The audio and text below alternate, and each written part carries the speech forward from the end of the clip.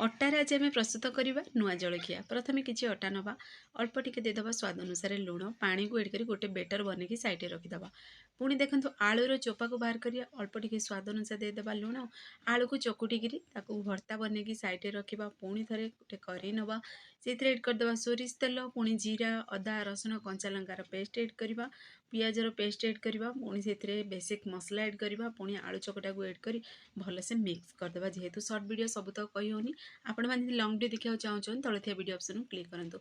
पुणी थे देखो से बेटर को गोटे तावे अल्प टिके तेल को ग्रीस करी आम आलूर स्टफिंग को भर देकर ये भाव में पैक करदे। अल्प टिके तेल ग्रीस करदे।